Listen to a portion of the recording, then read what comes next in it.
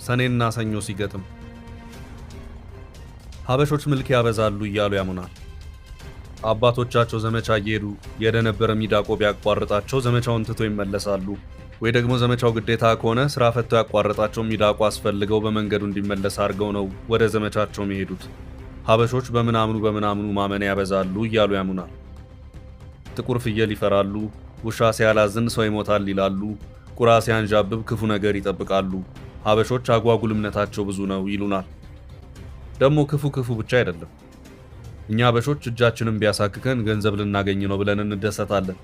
እግራችንን ቢበላን መንገድ ልንሄድ ነው ብለን ሻንጣችንን እንሸክፋለን። አይናችን ቢርገበገብ አዲስ ሰው ልናይ ነው ብለን የማይመጣ እንግዳ እንጠብቃለን። አሁን ደግሞ ሰኔና ሰኞ ገጥሞብናል።